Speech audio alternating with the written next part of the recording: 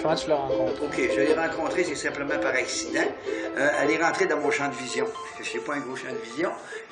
J'étais assis dans le camion. J'ai observé qu'il y avait une chaudière aux mains. Puis en même temps, ben, mon œil l'a vu qui pilait sur un morceau de tison chaud. Elle a fait comme si de rien n'existait. Elle s'est levée le pied, pauvre petite, puis elle s'est mise à dandiner de son pied. Elle s'est mise à sauter de son pied, puis elle continuait avec sa petite chaudière. Puis là, elle a fouillé pour trouver des petits morceaux de métal. Elle a peut-être trouvé un bouchon de bière ou deux, des affaires de même qu'elle avait dans sa petite chaudière. Comme tu peux voir, la petite chaudière est là. Et tout ce que je sais, la petite chaudière, c'est que quand elle est pleine, elle va la porter dans une grosse cabane où que là est pesée, puis on lui donne un petit montant d'argent, puis probablement en abusant d'elle aussi, comme on peut le faire tous les jours, ces enfants-là. Elle est rentrée dans mon camion parce qu'on lui a fait signe. Elle a retroussé sa robe parce qu'elle pensait qu'on allait lui donner, on allait lui demander quelque chose. Je lui ai donné ce qui me restait en cordoba. La dernière pièce qui me restait, je me souviens plus, c'est un 100 ou 200 cordoba, je ne peux plus vous dire le montant, parce que je ne me souviens plus. Ça équivalait à 20 $ américains.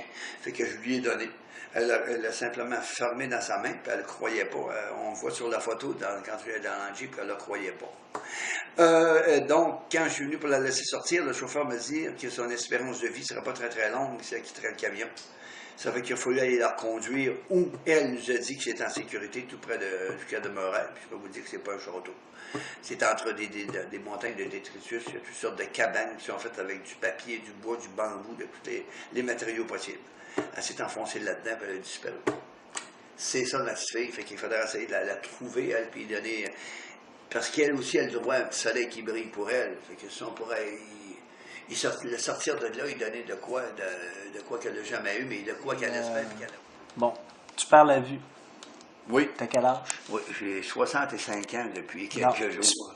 Tu perds la vue, là, dans le temps, t'as quel âge? Bon, OK, d'abord, c'est de naissance, mais à partir de l'âge de 39 ans, un matin, je suis venu pour aller travailler, puis je m'étais aperçu que je ne voyais plus de côté. C'est arrivé tout d'un coup, mais en fin de compte, c'est progressif, mais ce qui est arrivé, c'est que d'un œil à l'autre, probablement que j'ai eu quelque chose qui s'est passé, que je ne peux plus voir complètement les deux yeux.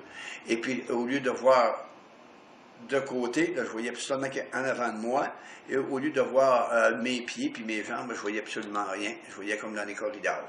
Donc, je ne voyais pas les autos qui s'en venaient de côté, je ne voyais pas les enfants qui jouaient à côté de mon auto. J'ai cru que c'était mes lunettes, puis je savais bien trop en dedans de moi que ça ne pouvait pas être des verres qui faisaient ça. Ça fait que j'ai conduit l'auto pour me rendre à l'école, puis quand je suis redescendu, c'était un autre qui l'a conduit. C'était à la fin de l'année scolaire, et c'était la dernière journée scolaire. Quand je suis arrivé à la maison, j'ai redonné les clés à Marielle, puis j'ai dit, je ne conduirai plus jamais de ma vie. Ça fait que, puis ça continue à évoluer, ma maladie. Je me rendais compte après un certain temps que, pour moi, c'est plus difficile de faire telle affaire, ou carrément impossible. Ça fait que c'est que je mettais de côté.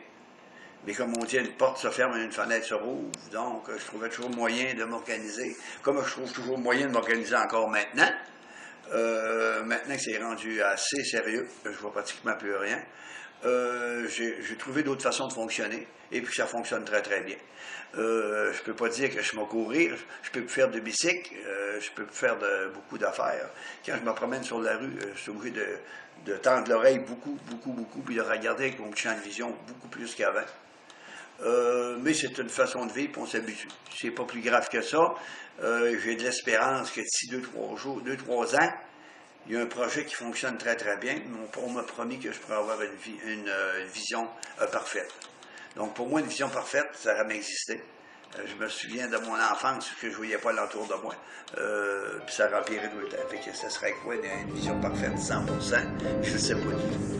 Ça fait que là-dessus, je continue à travailler, à rêver en même temps.